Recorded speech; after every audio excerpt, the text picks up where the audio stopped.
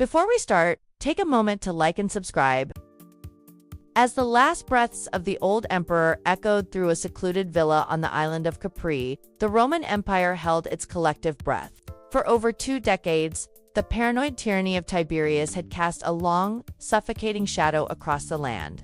The air in Rome was thick with unspoken fear.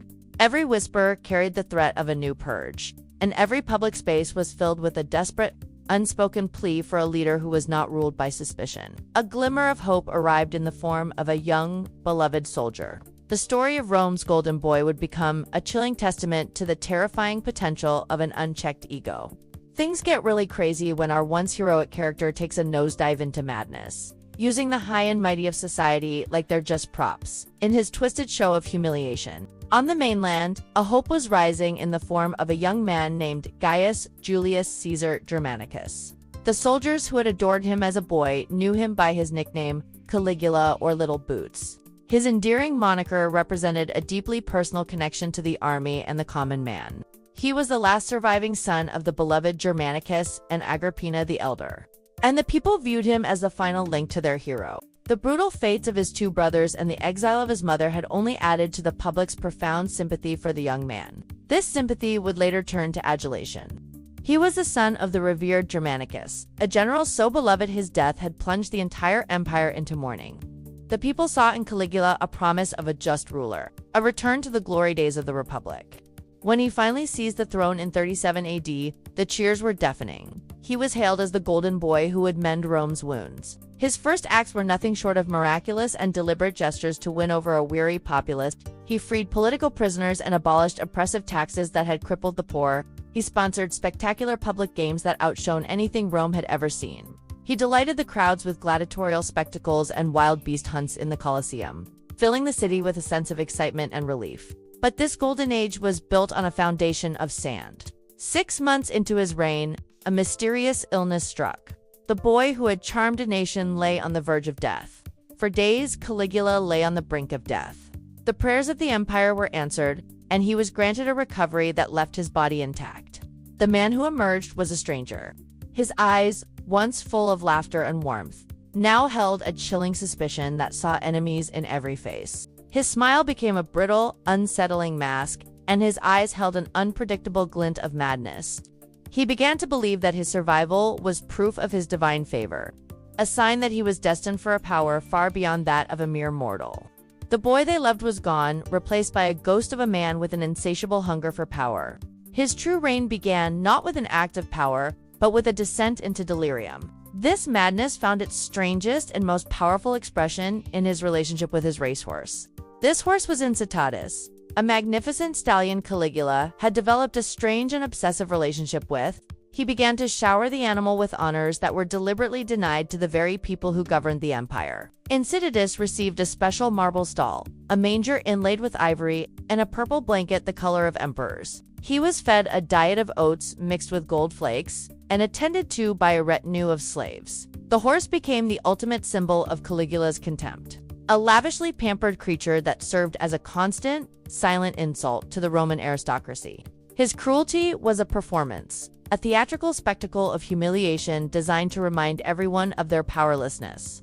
The Senate became his grand stage, where he would force senators to run for miles alongside his chariot. Each act of cruelty was a way to exert his dominance over men he viewed as inferior.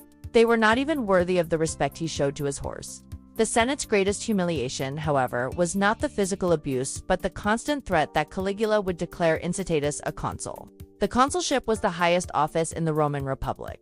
For a Roman noble, reaching the consulship was the culmination of a lifetime of military service, political maneuvering, and family legacy. The very idea of an animal holding this title was an affront to everything they held sacred. Caligula would not just threaten it. He would actively taunt them. He would hold lavish dinners, to which only the horse was a guest of honor. He would reportedly raise his wine cup and toast Incitatus, forcing the senators to perform the same solemn ritual for an animal that held more of his respect than they did. The threat was a direct and devastating insult to the entire senatorial class. It was Caligula's most profound act of scorn, a message that a horse was a more worthy and trustworthy leader than any of the men who had spent their lives in service to Rome. He believed the horse to be a truer friend than any human. At the games, the spectacle intensified. The crowds would pack the Circus Maximus, cheering on their favorite charioteers and gladiators. But their roars were often muted by the unsettling presence of the emperor himself. From his private imperial box, perched high above the masses, Caligula would watch the bloodshed with a chilling, detached air. His boredom was a terrifying signal. He would sometimes order entire sections of the crowd to be thrown to the lions, transforming a public spectacle into a mass execution. It was a sadistic display, a shocking reminder that their lives were a mere trifle to him.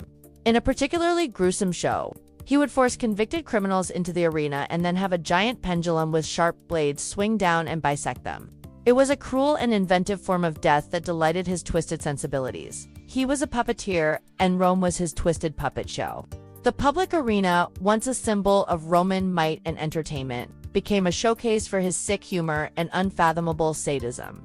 After such a display of wanton cruelty, he would often return to his palace to spend hours with Incitatus, doting on the only being he seemed to genuinely adore.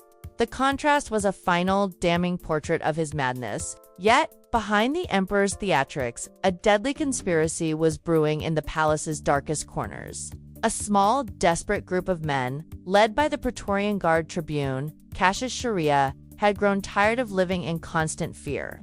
The humiliation had become unbearable, particularly for Chaerea, whom Caligula had repeatedly mocked for his supposedly effeminate voice and lack of masculine resolve. This personal slight festered in the soldier's mind like a poison, transforming his fear into a cold, murderous resolve. Other conspirators joined him, including senators and palace officials who had been similarly disgraced and now felt they had nothing left to lose. They moved in shadows, whispering in hushed tones.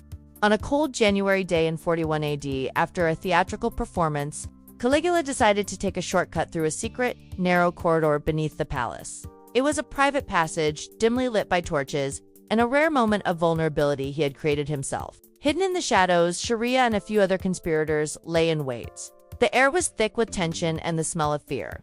The moment came, Chaerea stepped out, blocking the passage, his face a mask of furious resolve. He delivered a single, furious blow to the emperor's neck, shouting, "Take this." A final, furious retort to the years of public ridicule. The assassination was not a glorious battle, but a vicious, panicked attack in a dark, forgotten hallway. As the other conspirators joined in, stabbing him repeatedly, Caligula's final words were, according to a witness, not a cry for help or a curse, but a confused, frightened whimper. He looked up at his attackers, utterly bewildered, and asked a simple question. Is this a game? In the end, the man who had turned Rome into his personal stage, who had made a horse his most prized companion, could not tell the difference between reality and the theatrical play he had created. His reign, a 4-year spectacle of madness, was over.